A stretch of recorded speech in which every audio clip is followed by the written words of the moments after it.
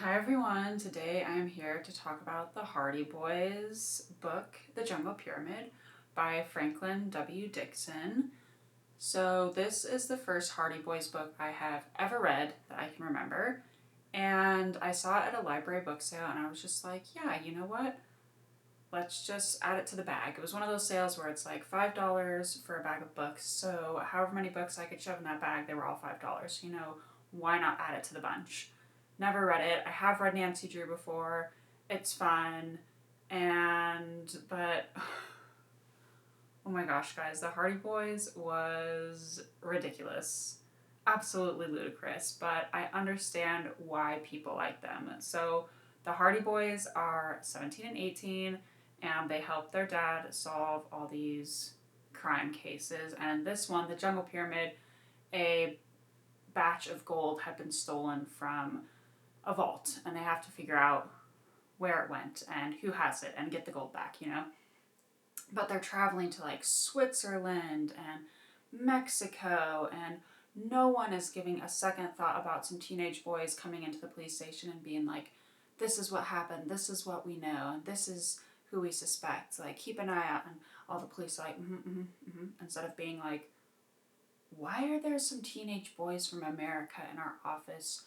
What the heck? It was so funny. It was just so out of this world.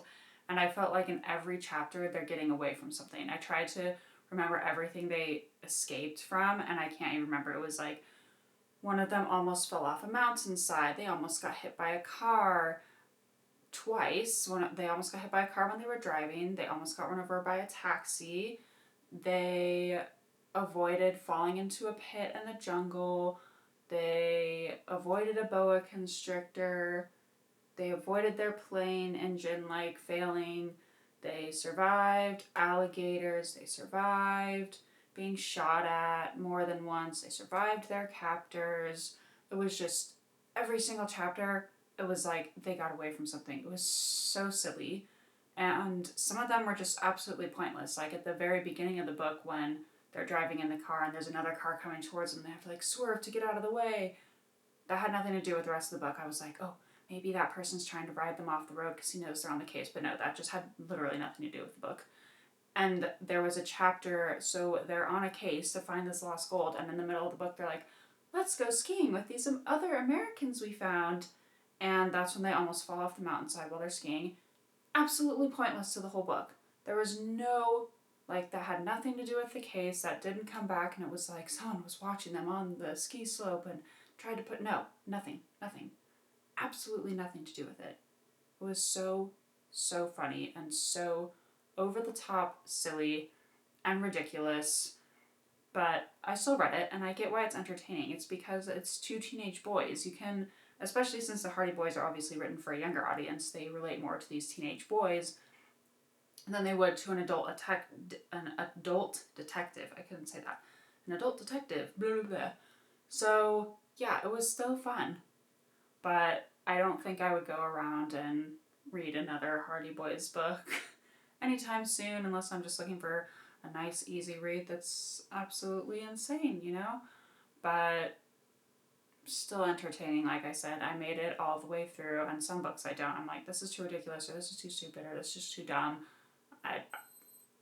But sometimes if I still want to know what happens, I try and find the Wikipedia page or someone's review that can tell me what happened. But this one was at least entertaining enough to read all the way through. It reminded me a lot of Scooby-Doo because to me, I kind of, I thought the villain was kind of obvious, but also it's just a bunch of kids going around and all these adults just totally yeah, and listen to them and don't even give it a second thought about it.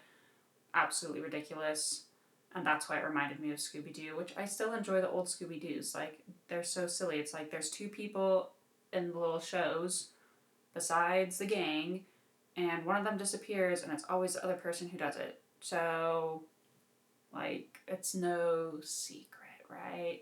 But still entertaining, still enjoyable, fun, easy. You don't have to think about it type stories, and I totally get that that's what you want to read sometimes. So, I would suggest reading at least one Hardy Boys book, at least one Nancy Drew novel. I think I like Nancy Drew more, but that being said, I have not read a Nancy Drew book for years. It's been at least 10 years, but I remember reading them and enjoying them. So yeah, go have fun. Go pick up some silly kids book and read it just because you can. You know, go have fun. Of course, I feel like I've already done who's my favorite detective, but literary, Sherlock Holmes, TV, Columbo. I can't, like, do I have a kid detective? As a child, I really liked Gilded Joyce, Psychic Investigator. The Great Brain isn't really a detective, but I feel like he does solve some mysteries throughout the novels, so I liked The Great Brain. But yeah, go check kids' books out, even if you're an adult. They're still fun, they're still enjoyable. Go do it. Do it. Do it. And y'all have a great day.